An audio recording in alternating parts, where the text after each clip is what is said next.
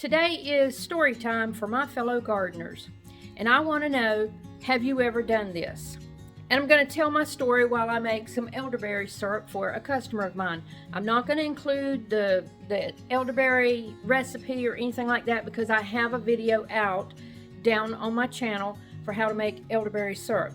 So this story goes back to my childhood. When I was younger, my mother and her sister raised myself and my siblings, which are 4, and my aunt's kids, my cousins, which are 3. Anytime one of them went somewhere, the other one, and the 7 of us kids were always together, practically raised like siblings. And we were competitive with each other as well. So when I was little, from my preteens and tweens, my mother and her sister loved to go out driving in the country. And there was a reason that they did that. They would scope out people's yards and gardens. And to get us kids wanting to go, they would say, "Hey kids, come on, let's go drive to the country." And we weren't interested in that at all. But the way that they got us to do it was by saying something along the lines of, and we'll see how many of you kids can count telephone poles and see who counts the most. So we would all hop into my aunt's station wagon. We would be driving down these country roads, slow and winding and looking. To me, at the time, it felt like an eternity because I didn't want to be there. Nobody else wanted to be there. But we had a competition. We would either count telephone poles, I know that sounds stupid, but it's what we did, or we would play I Spy. But the competitor in all of us kept us busy while my mother and my aunt were scoping yards left to right, going down these country roads. And as it turned out, the reason they were scoping the yards is they were looking for gardens. They were looking for other people's gardens. If they saw a garden that they really liked, they would stop and chat with the person, ask questions, get ideas, look around, get a tour, and they would make it a day for themselves of garden hunting. My aunt was the big gardener.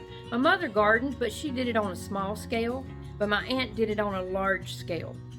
And so if they saw a garden that they really loved, they would stop, knock on the door, and introduce themselves and strike up a conversation about the garden. Now, we were little heathens, so we weren't allowed to get out.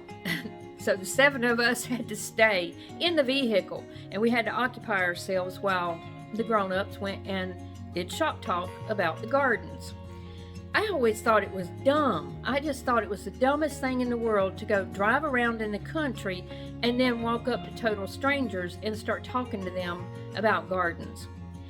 Fast forward many, many years, guess what? That's what I do. That is what I do. When I need to go to town, I don't take the straight route that gets me there faster. There's a few side roads that I take. I love looking at the gardens in the country that people have. As a matter of fact, that's how I met my best friend. Her and her mother had a very nice, beautiful garden, and I saw it often. And one day I decided I'm going to stop and talk to them. So I was passing by, and I saw the 2 of them out in the garden working, so I pulled up, bold as could be, got out, introduced myself, told them I loved their garden. Would they mind if I had a look around? Well, they were very happy to show me. We struck up one conversation after another, and before I knew it, time passed. We exchanged phone numbers, we talked, and now she's my best friend. She is my best friend. Her mother has since passed on, but now, anytime I go shopping for anything for the garden, guess who goes with me? My best friend. And it all started because I stopped to admire their garden. Now, as it turns out, people do the same thing to me.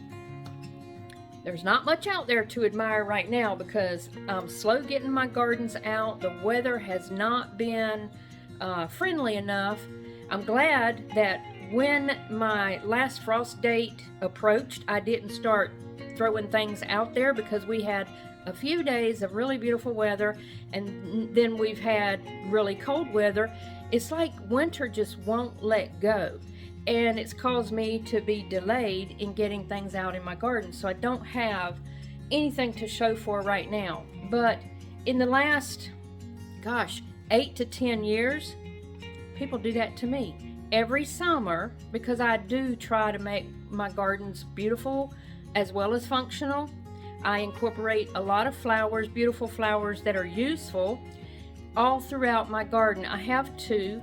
My big one is out front, and it actually is near the road where main traffic passes by, and then I have another garden in the back that's almost as big, but not quite as big. But every summer I get so many strangers that stop in and want to say, I admire your garden, I pass by it often, I've been coming through here for years, and I finally just decided to stop and talk to you. I've met a lot of nice people because of my garden out front. I've had people stop and ask could they have a tour. One summer I had a young lady who was recently married at the time. Her and her husband stopped. She had to talk him into it, and she wanted to learn to garden. She knew nothing about it. Well, out of that conversation, she offered to come and work for me for free for the summer in return for being able to ask questions and learn along the way. So the deal was, if I come help you work the garden, weed things, and clean up things, can you just teach me? And I said, yes. I mean, of course. So I had free help. In return, she got some knowledge that she wanted, and now she has moved to a different state, and she has her own homestead now. Good relationships have been built in my life because either I have stopped at somebody's home and inquired about their garden, or people have stopped at my home to inquire about mine. Out in the country, that's the kind of people that you find. And some of my best relationships are from that very same thing. And it's kind of funny because when I think back at how silly and even dumb that I thought it was that my mother and her sister did that, and then I grow up and I do the same thing. Now, I'm just curious, have you ever done that? Did your parents go sightseeing in the country and looking at gardens, or looking at anything really, just for the fun of it? And have you ever done it? Have you thought about doing it? Have you ever seen somebody's garden you admired and wished that you could talk to them? Every situation might not be safe to stop and, strum it up with a stranger, but when it comes to my best friend, I had watched her for a long time, her and her mother, in her garden. It was actually her mother's garden, and she was helping. But I just had a gut feeling.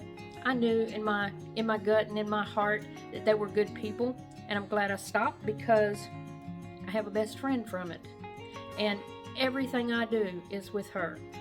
So I would love to know, have you ever experienced anything like this? Well, that's it for this video. Happy gardening!